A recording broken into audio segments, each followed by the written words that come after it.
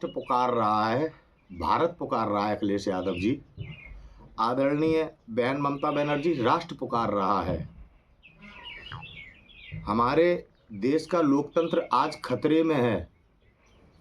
ये स्पष्ट रूप से हमारे और आपके सामने आ चुका है, देश के सामने आ चुका है, जन जन के सामने आ चुका है। आज भारत विरोधी ताकतें देश के नागरिकों को गुमराह कर रही हैं। आज ईडी और सीबीआई भारत विरोधी ताकतों के इशारे पर देश के नागरिकों को प्रताड़ित कर रही हैं।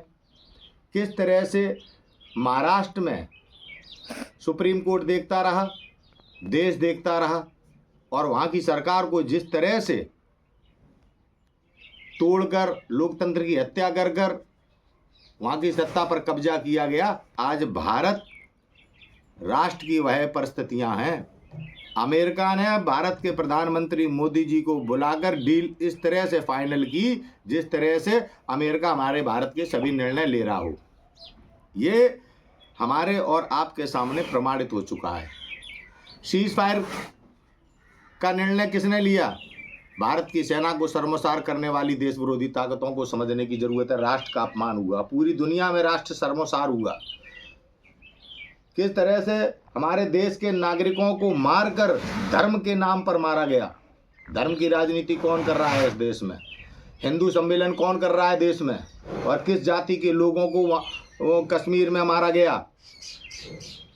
वो साजिश किसकी थी? वे देश विरोधी कौन है जो हमारे भारतीयों को धर्म पूछकर मार रहे थे? आज वे हमारे राष्ट्र को बेच रहे हैं।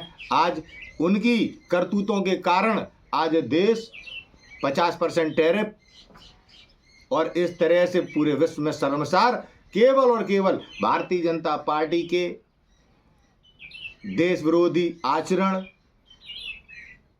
राष्ट्र विरोधी नीतियां आज देश के सामने पूर्ण रूप से स्पष्ट है। जिस तरह से बेटी बचाओ बेटी पढ़ाओ का नारा और बेटियों की सप्लाई, 12 से 14 साल, 15 साल, 16 साल की बेटियों की सप्लाई, हर राज्य से 1 लाख से ज़्यादा बेटी गायब है। आज स्पष्ट है। ये ईडी और सीबीआई आज और हमारे देश का न्यायपालिका आज देश विरोधी ताकतों के अधीन है। हम क्यों घर में बैठे हैं?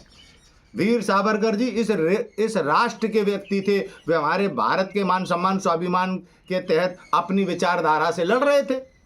वे देश विरोधी नहीं थे। इस राष्ट्र को बेचने वाले आज भारत रत्न के नाम पर किस तरह से वीर सावरकर जी के चरित्र के साथ छल कर रहे हैं। ये वो देश विरोधी हैं। कसम है मुझे इस मिट्टी की, देश नहीं झुकने दूंगा। और अपने व्यक्तिगत अपराधी होने के कारण आज राष्ट्र के स्वाभिमान के साथ खिलवाड़ करके आए हैं। गुरुद्वारों पे आज ध्वजा फहराने वाला वक्त नहीं है। भारत के स्वाभिमान को चोट पहुंचा कर आया है देश का प्रधानमंत्री। सेना के अपमान का दोषी है देश का प्रधानमंत्री। अपने चरित्र को, अपने व्यक्तिगत अपराधों को छुपाने के लिए सेना का अपमान, राष्ट्र का अपमान, देश में किस तरीके से प्रत्येक सम्मानजनक व्यक्ति के साथ किस तरह का व्यवहार, किस तरह से भारत में तमाम राज्यों में किस तरह से सरकारों का गठन किया गया जबरन लोकतंत्र की हत्या कर कर, और ये देश अपने संवैधानिक पदों की गरिमा को आज भी सम्मान देते हुए इतने अत्याचार को सहन करता चला आया। लेकिन अब राष्ट्र पुकार रहा है। अब भारत का लोकतंत्र संकट में है। आज हमारा राष्ट्र संकट में है। 2 मिनट बाद इस देश में क्या होगा? कौन है इस भारत में जिम्मेदारी लेने वाला? कहाँ है वे लोग जो लोग भारत का अपमान करके लौटे प्रधानमंत्री का स्वागत करते हैं? 250 लाख करोड़ रुपए जो ऋण लिया है, इसकी जवाबदेही किसकी है? देश बेच दिया। कहाँ से ऋण चुकाएंगे? कहाँ से ऋण चुकाएंगे? अपराध, राष्ट्रद्रोह, गद्दारों को माफ नहीं किया जाता।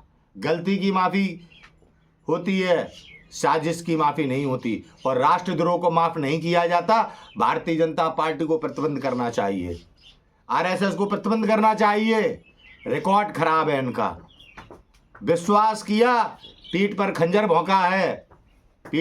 भोंका है और आज देश को गुमराह कर रहे हैं। सड़कों पर उतरना पड़ेगा। राष्ट्र पुकार रहा है। आज प्रत्येक भारत के नागरिक की जिम्मेदारी है आज अपने राष्ट्र के मान सम्मान स्वाभिमान के लिए हमें और आपको सड़कों पर उतरना पड़ेगा।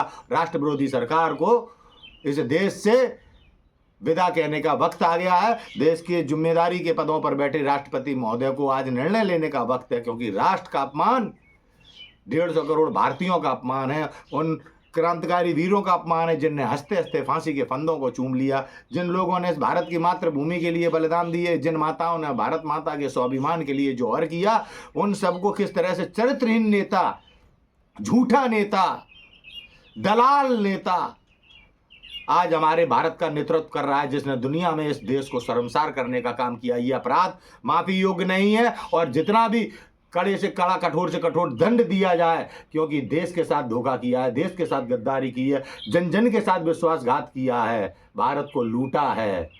उस भारत को, जो भारत अपनी बुलंदियों की ऊंचाइयों पर उड़ रहा था, नोटबंदी एक साजिश, देश को लूटने की साजिश, गरीब को लूटने की साजिश, किसान को लूटने की साजिश, और फिर बाद में बेघर भी किया है। नरेंद्र मोदी का अपराध राष्ट्रद्रोह है, ये माफी योग्य नहीं है। भारत माता की जय। एक जिम्मेदार भारत का नागरिक अपनी बात कह रहा हूं। जय श्री राम।